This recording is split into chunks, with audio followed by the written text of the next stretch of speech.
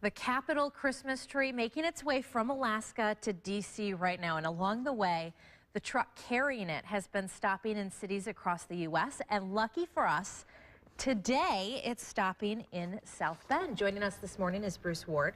He's part of the group traveling with the tree, Choose Outdoors. Good morning, Bruce. Thanks for coming here and making this one of your stops. Bonjour.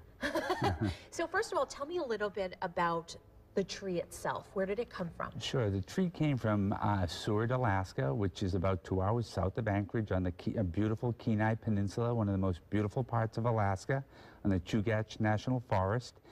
And we cut the tree on October 27th, and we're making our way to Washington, D.C. How do you choose the tree? What is so special about this one? So the architect of the Capitol has very specific requirements in terms of what the tree needs to look like. So the Forest Service provides candidate trees. They do the initial hunting for it, and then the architect of the Capitol sends the superintendent of grounds, and he makes the final selection. It's quite the process, I'm sure, every year traveling across the country.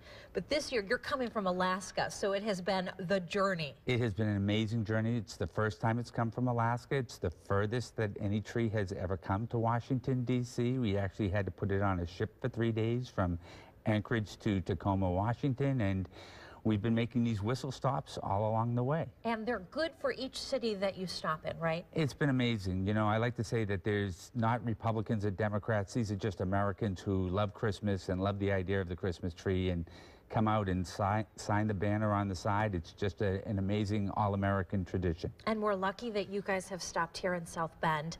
Why South Bend? Why is this on your list of cities to visit? So our truck driver, John Shank, was the truck driver of the year. He's actually driven 5 million miles on the Dalton Highway, the most dangerous road in Alaska. His nephew works at Notre Dame.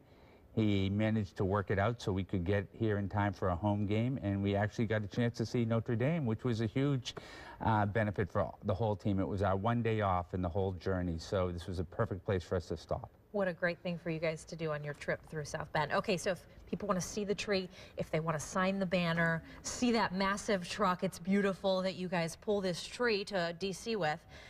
Where do they do that? How do they see it? So today we'll be at the Chocolate Factory downtown, South Bend, from 1 to 3 o'clock, and we'll have pens there. You don't need to bring a pen. And we'll have all kinds of stickers and information about the tree to pass out, and we're really hoping that the whole town will show up for it. What happens to that banner after you get to D.C.? So what we'll do is we'll actually cut out, we have corporate logos on the side. Virtually the entire program has been paid for by the private sector. We'll cut out those logos. We'll send them back to our friends at Alaska Airlines, at Shell, at, 52 sponsors who have been such an important part of making this happen. So you are basically signing a piece of history when you go downtown today and visit that tree. Exactly right. And all of our friends at the U.S. Forest Service, I think, would love to see you down there, too. Awesome. Bruce Ward, thank you so much. We appreciate you coming in this morning. Thank you for having me.